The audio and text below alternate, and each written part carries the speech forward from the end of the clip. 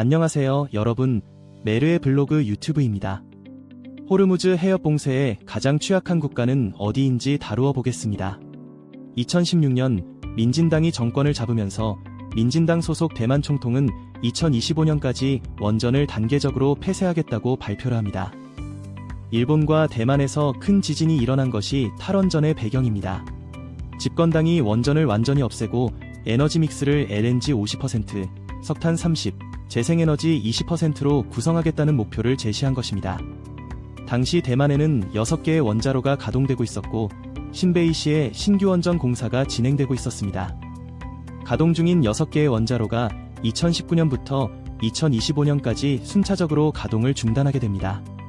건설 중이던 신규 원전도 90% 이상 공사가 진행된 상태에서 건설이 중단되었습니다. 대만 전력발전에서 원전 비중이 12%까지 차지했는데 2025년이 되자 원전 비중이 0%가 된 것입니다. 대만의 고민은 탈원전은 계획대로 진행되었지만 신재생에너지에서 예상했던 발전량이 나오지 않고 있는 것입니다. 신재생에너지의 발전 비중을 25년까지 20% 비중을 맞추겠다고 했는데 11% 비중밖에 달성하지 못했습니다. 대만의 전기 생산은 LNG 발전 비중이 47%로 가장 높고 석탄 39%, 재생에너지 11%, 석유 2% 순서입니다. 석탄 발전도 환경오염 등의 이유로 LNG로 점차적으로 대체하고 있어서 LNG 발전 비중은 매년 높아지고 있습니다. 2024년 총통으로 선출된 라이칭더는 LNG 몰빵을 해결하기 위해 국가기후변화위원회를 구성해서 원전 재개를 검토하기 시작했습니다. 2025년 8월 23일 대만은 2025년 5월 17일 가동을 중단한 마안산 원전 2기의 재가동을 국민투표에 붙이게 됩니다. 국민투표에 참여한 유권자의 74%가 찬성표를 던지는 결과가 나왔습니다. 탈원전을 미는 민진당의 표밭 중남 부지역에서도 과반 찬성이 나왔고 원전이 위치한 핑동에서도 58%가 재가동에 찬성표를 던졌습니다. 대다수의 대만인들이 찬성표를 던졌지만 재가동을 하지는 못했습니다. 참여율이 저조해서 국민투표의 법적 요건인 총 유권자의 25% 이상 찬성이 나오지 않았기 때문입니다. 대만 국민들의 대다수가 원전에 긍정적이 되었다는 점을 확인한 것은 의미가 있는 투표 결과였습니다. 대만은 국민투표를 통해서 기존 원전을 재가동할 수는 있지만 신규 원전을 건설하는 것은 쉽지 않습니다. 대학의 원전학과들이 줄어들었고 기존 인력들이 원전을 운용하는 해외로 이직해서 인력 확보가 어렵기 때문입니다. 대만의 탈원전이 잘못된 판단인 것 같지만 나름 이유가 있습니다. 대만은 일본만큼 지진이 심한 국가입니다.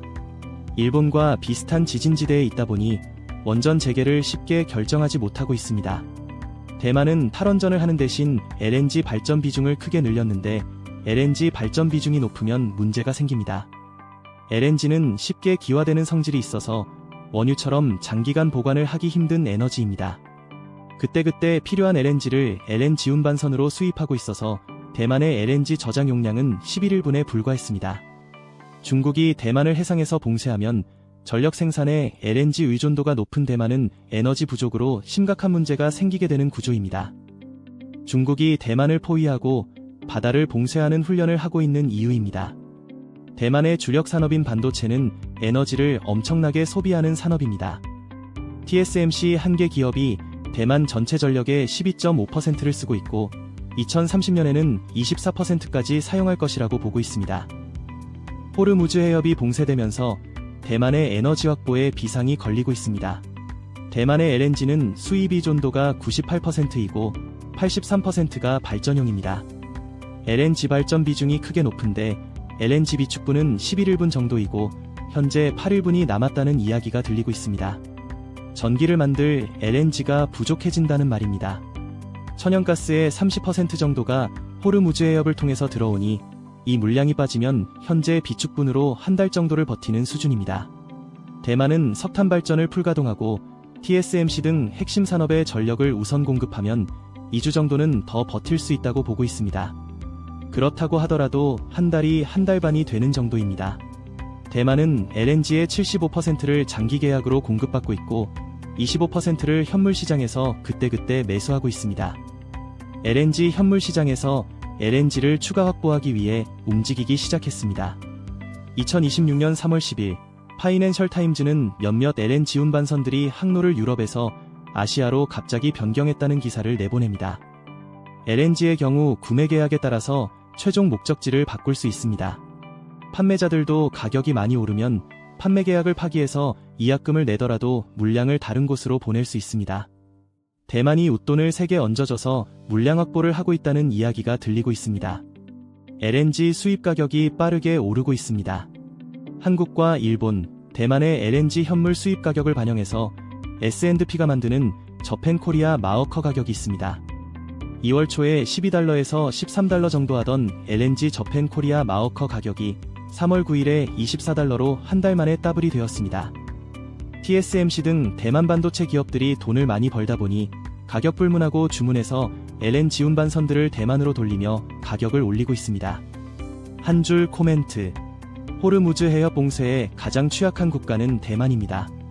4월까지 해협 봉쇄가 풀리지 않으면 LNG 발전량이 크게 줄어들고 전기를 많이 쓰는 TSMC에도 영향을 미치는 구조입니다. 대만은 LNG 현물 거래 물량을 최대한 확보하기 위해 움직이고 있습니다. 한국은 호르무즈 해협을 통과한 마지막 LNG 운반선이 3월 20일에 도착하게 되는데요. 타 지역 물량은 정상 공급되지만 호르무즈 해협으로 오는 물량은 20일 이후 끊기게 된다는 말입니다. 대만이 물량 확보에 빠르게 대응하고 있어서 신경이 쓰이는 상황입니다. 오늘 내용이 좋았다면 구독과 좋아요 부탁드려요. 여러분의 응원이 큰 힘이 됩니다.